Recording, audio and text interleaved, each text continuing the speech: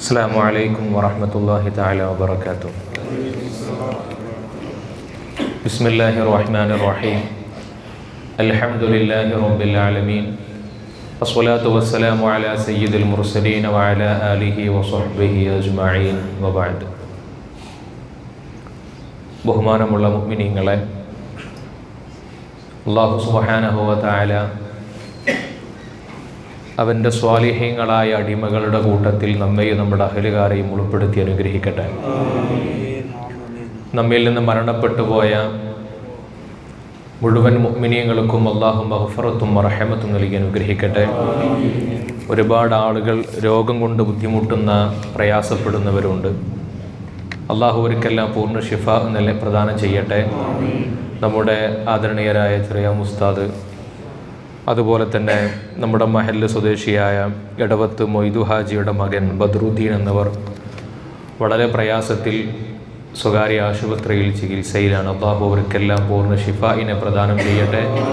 നമ്മളുടെ കുടുംബത്തിലും മറ്റുമുള്ള മുഴുവൻ രോഗികൾക്കും അല്ലാഹു ആജിലായ ശിഫായിനെ നൽകട്ടെ. മറ്റുള്ളവർക്ക് പ്രയാസമാകുന്ന ഒരു രോഗവും തന്നെ അല്ലാഹു നമ്മെ പരീക്ഷിക്കാതിരിക്കട്ടെ.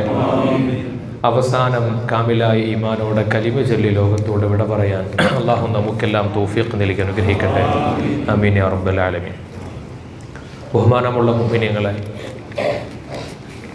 നമ്മളൊക്കെ എല്ലാ വെള്ളിയാഴ്ചയും ഖുതുബ അവസാനിക്കുന്ന സമയത്ത് ഖതീബ് ഓതി കേൾപ്പിക്കാറുള്ള ഒരു ആയത്താണ് ഇന്നല്ലാഹ യഅ്മുറു ബിൽ അദ്ലി വൽ ഇഹ്സാൻ. അല്ലാഹു സുബ്ഹാനഹു വ തആല അവൻ്റെ അടിമകളോട് കൽപ്പിക്കുന്ന കാര്യമാണ് നിങ്ങൾ അദ്ലും ഇഹ്സാനും കാണിക്കുന്നവരാകണം. ആ ആയത്തിൻ്റെ ബാക്കി ഭാഗത്ത് പറയുന്നുണ്ട് വയൻഹാ അനിൽ ഫഹ്ശാഇ വൽ മുൻകർ. ഫഹ്ശാഉം മുൻകറും നിങ്ങൾ പൂർണ്ണമായും ഒഴിവാക്കുകയും വേണം. എന്താണ് അല്ലാഹു പറയുന്ന അദ്ലും ഇഹ്സാനും? ഭൂമിയിൽ അള്ളാഹുവിൻ്റെ പ്രതിനിധികളായി നിയോഗിക്കപ്പെട്ടവരാണ് അള്ളാഹുവിൻ്റെ അടിമകളാകുന്ന മനുഷ്യർ. ഈ ലോകത്ത് അള്ളാഹു ധാരാളം അനേകം സൃഷ്ടികളെ, ഭുവനവാനങ്ങളെ കീഴടക്കുന്ന അനേകം സൃഷ്ടികളെ, ജീവിക്കുന്ന അനേകം ജീവജാലങ്ങൾ അള്ളാഹു പടച്ചിട്ടുണ്ട്. ആ പടച്ച ജീവജാലങ്ങളുടെ സൃഷ്ടിപ്പിലും അവരെ സൃഷ്ടിക്കുന്നതിലും സംഹരിക്കുന്നതിലുമെല്ലാം അള്ളാഹുവിൻ്റെ തീരുമാനം മാത്രമേ ഉണ്ടാവുകയുള്ളൂ. അതിൽ നിന്നും മനുഷ്യന് പ്രത്യേകമായി അള്ളാഹു നൽകിയിട്ടുള്ളത് ഒരൊറ്റ കാര്യം മാത്രമാണ്. മറ്റുള്ള ജീവികൾക്കൊന്നുമില്ലാത്ത വിവേചന ശേഷിയും വിവേകവും ബുദ്ധിയും അള്ളാഹു നൽകിയിട്ടുണ്ട്. എന്തിനാണ് അള്ളാഹു നൽകിയത്? അവന് സ്വന്തമായി സ്വതന്ത്രമായി ഇഷ്ടമുള്ളതുപോലെ ജീവിക്കാനല്ല, അവന് താല്പര്യമുള്ളതുപോലെ ഈ ഭൂമിയിൽ ആസ്വദിച്ച് ജീവിക്കാൻ വേണ്ടിയല്ല.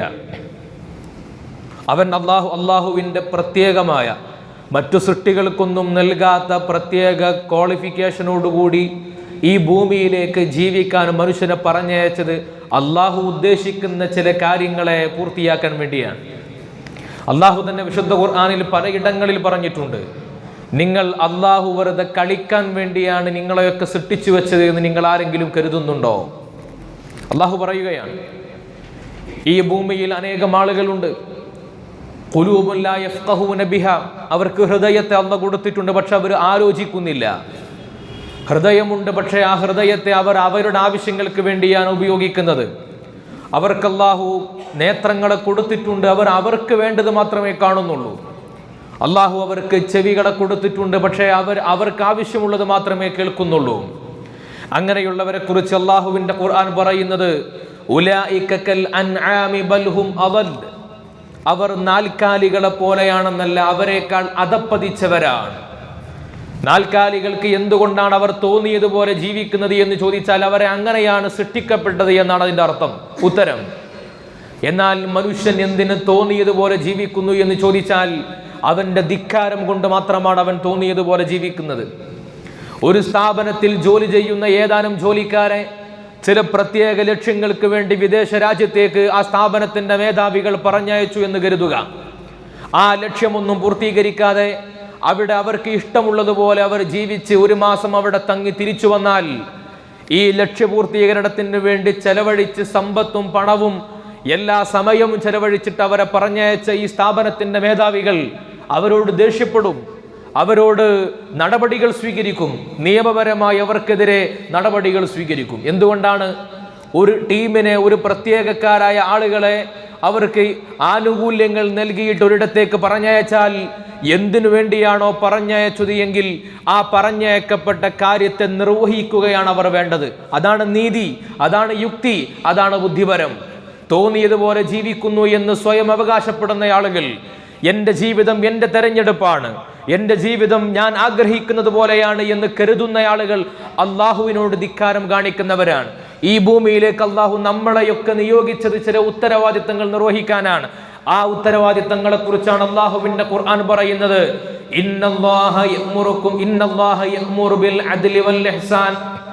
അള്ളാഹുവിന്റെ കൽപ്പന ഇതാണ് മനുഷ്യരോട്: നിങ്ങൾ ഭൂമിയിൽ നീതി കാണിക്കുന്നവരാകണം, നിങ്ങൾ ഭൂമിയിൽ ഇഹ്സാൻ ചെയ്യുന്നവരാകണം.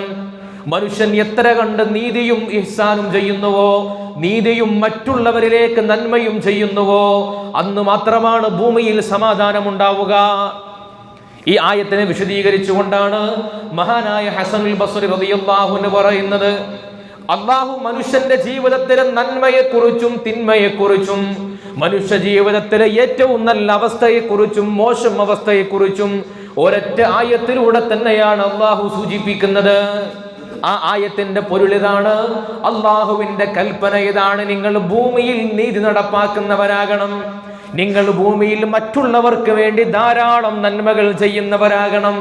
വയൻഹാ അനിൽ ഫഹ്ശാഇ വൽ മുൻകർ, മോശപ്പെട്ട കാര്യങ്ങൾ, നിഷിദ്ധമായ കാര്യങ്ങൾ, നിങ്ങളോട് ചെയ്യരുതെന്ന് പറഞ്ഞ കാര്യങ്ങൾ ഒരു സമയത്ത് പോലും നിങ്ങൾ അതിന്റെ ഭാഗമാകരുത്. എന്തുകൊണ്ടാണ്? ഒരാൾ ഭൂമിയിൽ ഒരു തെറ്റ് ചെയ്താൽ, ഒരു കുറ്റം ആവർത്തിക്കുന്നുവെങ്കിൽ, ഒരു തിന്മയുടെ ഉപാസകനാകുന്നുവെങ്കിൽ അവൻ മാത്രം തിന്മയുടെ അവകാശിയായി മാറുന്നുവെന്നല്ല അതിന്റെ താല്പര്യം. അവൻ മറ്റുള്ള ജനങ്ങളെയും അതിലേക്ക് പ്രേരിപ്പിക്കുന്നവനാവുകയാണ്. 1 കോടി മനുഷ്യർ ഈ ഭൂമിയിൽ ജീവിക്കുന്നുണ്ടെങ്കിൽ ആ 1 കോടി മനുഷ്യർക്കും മനസ്സമാധാനത്തോടുകൂടി ജീവിക്കാൻ കഴിയണമെങ്കിൽ, ആ 1 കോടി മനുഷ്യർക്കും ധൈര്യത്തോടെ ഭൂമിയിൽ സഞ്ചരിക്കാൻ സാധ്യമാകണമെങ്കിൽ എല്ലാവരും നീതി പാലിക്കുന്നവരാകണം, എല്ലാവരും ഇഹ്സാൻ ചെയ്യുന്ന, നന്മ ചെയ്യുന്ന ആളുകളാകണം. അല്ലേ? ഒരു 10 ആളുകൾ ഒരിടത്ത് താമസിക്കുന്നുവെങ്കിൽ, ഒരു നാട്ടിൽ 10 പേര് താമസിക്കുന്നുവെങ്കിൽ, ഒരു യാത്രയിൽ 10 പേരുണ്ടെങ്കിൽ, ഒരു റൂമിൽ 10 പേർ ഒരുമിച്ച് കിടന്നുറങ്ങുന്നുണ്ടെങ്കിൽ, 10 പേരും മാന്യന്മാരാണെങ്കിൽ മാത്രമേ അവിടെ മാന്യമായ ജീവിതം സാധ്യമാവുകയുള്ളൂ. അതിൽ ഒരാൾ അക്രമിയാണെങ്കിൽ, അതിൽ ഒരാൾ ധിക്കാരിയാണെങ്കിൽ, ഒരാൾ പരസ്പരം പാരവെക്കുന്നവരാണെങ്കിൽ ആ 10 പേരുടെയും ജീവിതം ദുസ്സഹമായിരിക്കും. അവർക്കൊരിക്കലും പരിഹരിക്കാൻ കഴിയില്ല. അതുകൊണ്ടാണ് അള്ളാഹു മനുഷ്യനോട് പറയുന്നത്, നീ ഒറ്റക്കൊരു ജീവിയല്ല, ഒരു സാമൂഹ്യ ജീവിയാണ് മനുഷ്യൻ. നമ്മളൊരു ചായ കുടിക്കുന്നുവെങ്കിൽ ആ ചായ ഞാൻ സ്വയം പണം കൊടുത്ത് വാങ്ങിയ ചായപ്പൊടി കൊണ്ട് ഉണ്ടാക്കി കുടിക്കുന്ന ചായയല്ല. എനിക്കൊരു ചായ കുടിക്കാൻ കഴിയണമെങ്കിൽ, ഒരു ഗ്ലാസ് വെള്ളം കുടിച്ച് എൻ്റെ ദാഹമകറ്റാൻ എനിക്ക് സാധ്യമാകണമെങ്കിൽ അതിൻ്റെ പിറകിൽ അനേകായിരം കരങ്ങൾ അതിൻ്റെ പിറകിലുണ്ടാകും. ഒരു നേരത്തെ അന്നം, ഒരു നേരത്തെ അരിഭക്ഷണം ഞാൻ കഴിക്കുന്നുവെങ്കിൽ അതിൻ്റെ പിറകിൽ അനേകായിരം മനുഷ്യർ, ഞാൻ അറിയാത്ത, കാണാത്ത, പേരറിയാത്ത, ഊരറിയാത്ത മനുഷ്യരുടെ ശ്രമഫലമായിട്ടാണ് എൻ്റെ കയ്യിലേക്ക് അന്നമെത്തുന്നത്, എൻ്റെ പശിയടങ്ങുന്നത്, എൻ്റെ ജീവിതം സന്തോഷകരമാകുന്നത്. അതുകൊണ്ട് തിരിച്ചങ്ങോട്ടും കൊടുക്കാൻ കഴിയണം. ആ ഇഹ്സാന് കാണിക്കാത്ത മനുഷ്യൻ അള്ളാഹുവിൻ്റെ വിശ്വാസത്തിന്റെ, ഇസ്ലാമിന്റെ പരിധിയിൽപ്പെട്ടവനല്ല എന്നാണ് ഹബീബുനാ റസൂലുള്ളാഹി സ്വല്ലല്ലാഹു അലൈഹി വസല്ലം.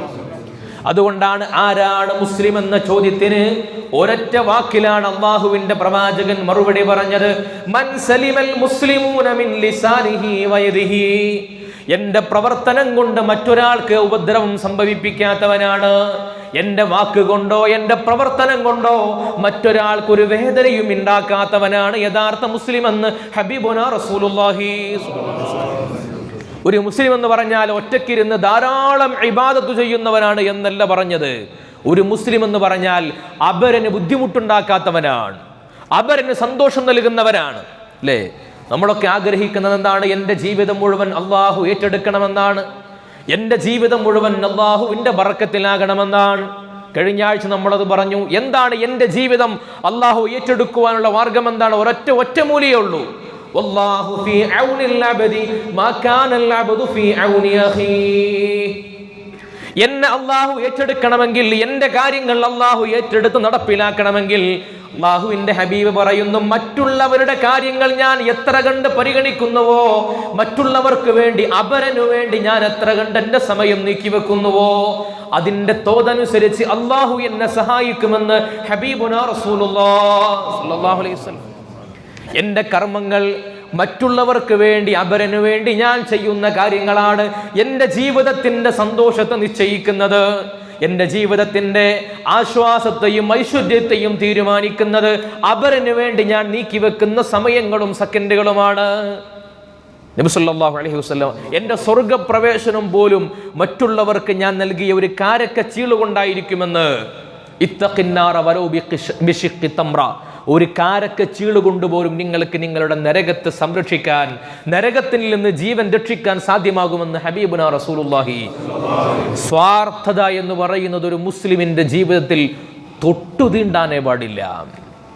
നബി സല്ലല്ലാഹു അലൈഹി വസല്ലമ തങ്ങൾ പറയുകയാണ്, സ്വാർത്ഥതയുണ്ടാകുമ്പോഴാണ് ജീവിതത്തിലെ മുഴുവൻ പ്രശ്നങ്ങളും ഉണ്ടാകുന്നത്. മനുഷ്യൻ അവനവനിലേക്ക് ചുരുങ്ങുമ്പോഴാണ് ലോകത്തെ മുഴുവൻ ദുസ്സഹമായ ജീവിത സാഹചര്യങ്ങളും ഉണ്ടാകുന്നത്. മനുഷ്യൻ അവനവനിലേക്ക് ചുരുങ്ങുമ്പോഴാണ്, സ്വാർത്ഥതയുണ്ടാകുമ്പോഴാണ്, അല്ലേ? സ്വാർത്ഥതയുണ്ടാകുമ്പോഴാണ് എനിക്ക് അനുവദിക്കപ്പെടാത്ത സമ്പാദ്യങ്ങളെ സ്വീകരിക്കണമെന്ന തോന്നലുണ്ടാവുക. അനുവദിക്കപ്പെടാത്ത സമ്പാദ്യങ്ങൾ ഞാൻ എൻ്റെ ഭാഗമായി സ്വീകരിക്കുന്നത് സ്വാർത്ഥതയുണ്ടാകുമ്പോഴാണ്. സ്വാർത്ഥതയുള്ളവർക്ക് ഇല്ലാത്ത ശീലമാണ് മറ്റുള്ളവർക്ക് വേണ്ടി ദാനം ചെയ്യുക, മറ്റുള്ളവർക്ക് വേണ്ടി ഭക്ഷണം കൊടുക്കുക, മറ്റുള്ളവർക്ക് വേണ്ടി സമ്പത്ത് കൊടുക്കുക. ഒരിക്കലും സ്വാർത്ഥതയുള്ള ആളുകൾക്ക് ചെയ്യാൻ കഴിയില്ല എന്നാണ്. ഇനി അഥവാ നമ്മുടെ ജീവിതത്തിൽ അറിയാതെ ഏതെങ്കിലും സമ്പത്തിൻ്റെ, ഹറാമിൻ്റെ മുകുളങ്ങൾ എൻ്റെ ജീവിതത്തിൻ്റെ ശാന്തമായ യാത്രയെ ബാധിക്കുന്നുവെങ്കിൽ അത് പരിഹരിക്കുവാനുള്ള പരിഹാരം എന്താണ്? അള്ളാഹുവിൻ്റെ മാർഗത്തിൽ ദാനം ചെയ്തുകൊണ്ടേയിരിക്കുക. 50 കൊല്ലം ഞാൻ ജീവിക്കുമ്പോൾ അറിയാതെ ഒരുപാട് ഹറാമുകൾ, ഹറാമിന്റെ സമ്പാദ്യങ്ങൾ എൻ്റെ ജീവിതത്തിൽ എത്തിയിട്ടുണ്ടാകും. നബി സല്ലല്ലാഹു അലൈഹി വസല്ലമ തങ്ങൾ ഒരു ദിവസം സ്വഹാബികൾക്ക് ഓതി കൊടുക്കുന്നുണ്ട്, യാ അയ്യുഹന്നാസ് കുലൂ മിമ്മാ ഫിൽ അർദി ഹലാലൻ ത്വയ്യിബാ. മനുഷ്യരെ, നിങ്ങൾ ജീവിതത്തിൽ ഭൂമിയിലൂടെ സഞ്ചരിക്കുമ്പോൾ നിങ്ങൾക്ക് ഹലാലായ ത്വയ്യിബായ ഭക്ഷണമല്ലാതെ ഒന്നും നിങ്ങൾ കഴിക്കരുതേ. ഒരു സമ്പാദ്യവും ഹലാലല്ലാതെ, ത്വയ്യിബല്ലാതെ, ഹലാലല്ലാതെ അനുവദിക്കപ്പെടാത്തതൊന്നും സ്വീകരിക്കരുതേ. നബി സല്ലല്ലാഹു അലൈഹി വസല്ലമ തങ്ങൾ സ്വഹാബികളോട് പറയുകയാണ്, എന്താണ് കാര്യം? ഞാൻ അനുവദിക്കപ്പെടാത്ത ഒരു സമ്പത്ത് എൻ്റെ കൈവശം ഉടമപ്പെടുത്തുന്നുവെങ്കിൽ അതിൻ്റെ അർത്ഥം എന്താണ്? എനിക്ക് അനുവദിക്കപ്പെടാത്ത മറ്റാർക്കോ അർഹതപ്പെട്ട സമ്പാദ്യമാണ് ഞാൻ കൈവശപ്പെടുത്തിയതെന്നാണ്. എനിക്കർഹതപ്പെടാത്ത മറ്റാരുടെയോ അവകാശമാണ് ഞാൻ കൈവശപ്പെടുത്തിയത്. ലോകത്ത് സാമ്പത്തിക മാന്ദ്യങ്ങൾ സംഭവിക്കുന്നതിന്റെ പ്രധാന കാരണം എന്താണ്? ആഫ്രിക്കൻ രാജ്യങ്ങളിൽ രൂക്ഷമായ സാമ്പത്തിക പ്രതിസന്ധിയിലാണ് പോയിക്കൊണ്ടിരിക്കുന്നത്. എന്താണ് കാരണമെന്നറിയോ?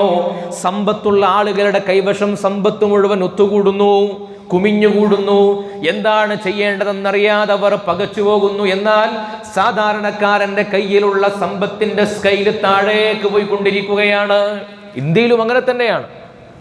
സമ്പന്നരായ ആളുകളുടെ കയ്യിൽ ധാരാളം സമ്പാദ്യം ഒരുമിച്ച് കൂടുന്നുണ്ട്, പക്ഷേ സാധാരണക്കാരന്റെ കയ്യിലാണെങ്കിലോ പണമില്ല. അതാണ് ഇസ്ലാം പറയുന്നത്. അനർഹമായി സമ്പാദിക്കുന്നവരാണ് ഇവിടുത്തെ പട്ടിണിയുടെ കാരണക്കാർ, ദാരിദ്ര്യത്തിന്റെ കാരണക്കാർ, കഷ്ടപ്പാടിന്റെ കാരണക്കാർ. അതുകൊണ്ടാണ് അവരുടെ ഒരു അമല് പോലും സ്വീകരിക്കപ്പെടില്ല എന്ന് ഹബീബുനാ റസൂലുള്ളാഹി സ്വല്ലല്ലാഹു അലൈഹി വസല്ലം.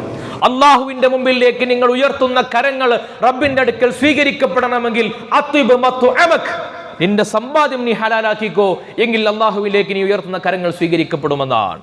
നമ്മൾ അറിയാതെ ഹറാമിന്റെ ഫിൽസുകൾ വന്നു പെട്ടിട്ടുണ്ടാകും. എന്താണ് പരിഹാരം? നമ്മുടെ സമ്പാദ്യങ്ങളിൽ നിന്ന് പരമാവധി കൊടുത്തുകൊണ്ടേയിരിക്കുക. കൊടുക്കുക എന്നതൊരു ശീലമാകണം. നബി സല്ലല്ലാഹു അലൈഹി വസല്ലം തങ്ങൾ ദീന് പ്രചരിപ്പിക്കാൻ തുടങ്ങിയപ്പോൾ ആദ്യമേ സ്വഹാബത്തിന് പറഞ്ഞു കൊടുത്തൊരു കാര്യമുണ്ട്. നിങ്ങൾ കൊടുത്തുകൊണ്ടേയിരിക്കൂ, സദഖ ചെയ്യൂ, ഭക്ഷണം കൊടുക്കൂ. നിങ്ങളുടെ ഓരോ സദഖകളും നിങ്ങളുടെ അല്ലാഹു തആല അവന്റെ ബലിയത്തുകളിൽ നിന്ന് നിങ്ങളെ മോചിപ്പിക്കുമെന്നാണ്. മനുഷ്യന്റെ ഒന്നാമത്തെ പരീക്ഷണം തന്നെ ഭക്ഷണമാണ്. ഹസൻ ബസ്രി റളിയല്ലാഹു അൻഹു പറയുന്നു, ആദം നബി അലൈഹി സ്വലാത്തു വസ്സലാമിനെ സ്വർഗത്തിൽ നിന്ന് അള്ളാഹു മാറ്റി നിർത്തിയത് നിഷിദ്ധമായ ഭക്ഷണം കഴിച്ചതിൻ്റെ പേരിലാണ്. ഈ ഭക്ഷണമാണ്, ഈ സമ്പാദ്യമാണ്. മോഹങ്ങൾക്കനുസരിച്ച് സമ്പാദിക്കുക, മോഹങ്ങൾക്കനുസരിച്ച് ഭക്ഷണം കഴിക്കുക എന്നതാണ് അന്ത്യനാൾ വരെ മനുഷ്യന്റെ ഏറ്റവും വലിയ പരീക്ഷണമെന്ന് മഹാനായ ഹസനുൽ ബസ്രി റളിയല്ലാഹു അൻഹു പറയുകയാണ്. ലോകത്ത് അത് തന്നെയാണ് നടന്നുകൊണ്ടിരിക്കുന്നത്. സമ്പത്തിന്റെ വിഷയത്തിൽ മനുഷ്യർ നീതിമാന്മാരാണെങ്കിൽ, സമ്പത്തിന്റെ വിഷയത്തിൽ തന്നേക്കാൾ കൂടുതൽ തൻ്റെ കൂട്ടുകാരെ പരിഗണിക്കുന്നവരാണെങ്കിൽ, തൻ്റെ അയൽവാസിയെ പരിഗണിക്കുന്നവരാണെങ്കിൽ, ദരിദ്രരായ ആളുകളെ, നിരാലംബരായ ആളുകൾക്ക് വേണ്ടി എൻ്റെ സമ്പാദ്യം അവർക്ക് വേണ്ടി മാറ്റിവെക്കുന്നവരാണെങ്കിൽ ലോകത്തൊരിക്കലും കലാപം ഉണ്ടാകില്ല, ലോകത്തൊരിക്കലും അനിഷ്ട സംഭവങ്ങൾ അരങ്ങേറില്ല.